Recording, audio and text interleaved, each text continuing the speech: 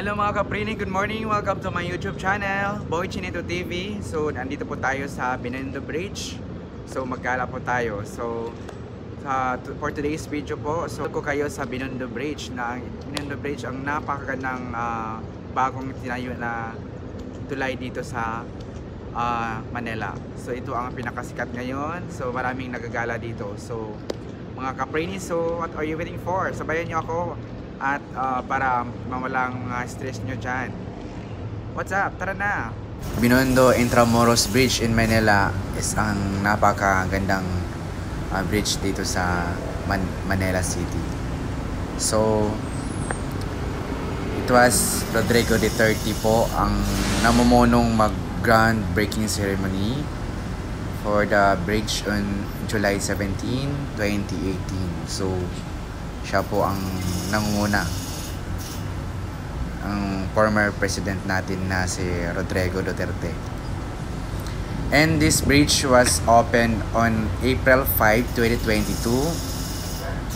Pinangunahan ng ating presidenteng si Rodrigo Duterte at ang kanyang mga officials.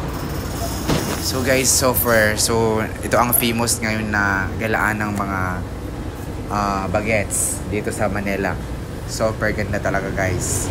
So amazing. Malamig. Fresh ang hangin dito guys. Nakawala talaga ng mga stress, mga problema. Saglit lang. Saglit na mawala yung problema. Very refreshing guys pag umaga. Mga around 8 to 9 PM. Marami kang makikita dito. So mayroon din ditong kung gusto mong ng isda, manghuli ng isda, mayroon din dito guys. So maraming isda dito sa ilog.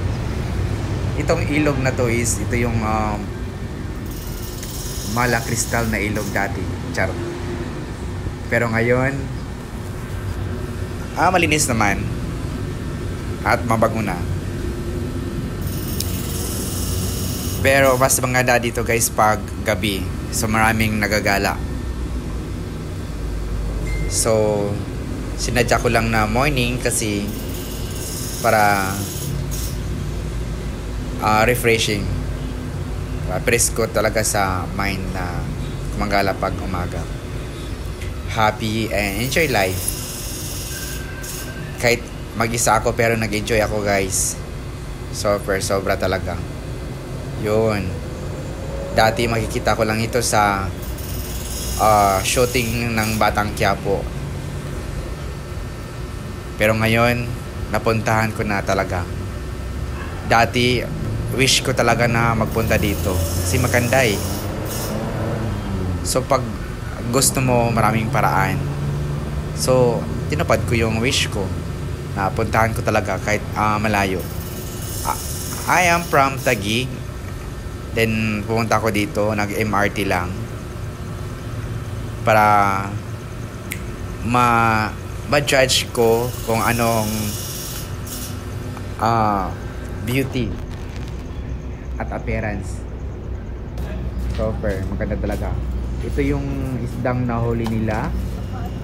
Guys, malaki talagang isda guys. Maraming nakahuli dito ng malaking isda. Fresh na fresh. Diba? Mayroon na silang ulam guys. Hindi sila magugutom. Kung ikaw may magsipag lang na magkuha ng isda, hindi ka magugutom. Then, dito rin nag-shoot yung ibang mga artista. Kagaya ko. Charot. Kagaya ko. Wala lang, refreshing. My God, namitas ng mga dahon. Malamig kasi dito guys pag umaga. Then syempre ako lang mag-isa kasi ako ang pinakaunang tao dito eh. Then dito guys, pag gabi, ito yung aura na bridge guys.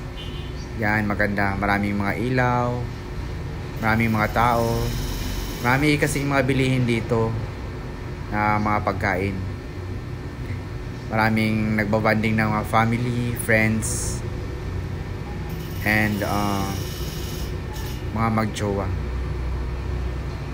So guys, enjoy. Kung magpunta kayo dito, enjoy lang. And then safety lang ang inyong mga gamit, like cellphone and bags. Hindi natin alam guys.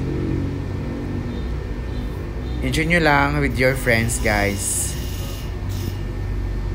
So maganda dito talaga. And kung gusto nyo, so gawin nyo talaga guys sa akin para mapuntahan nyo ang dapat mapuntahan na mga gusto nyong mga gandang lugar.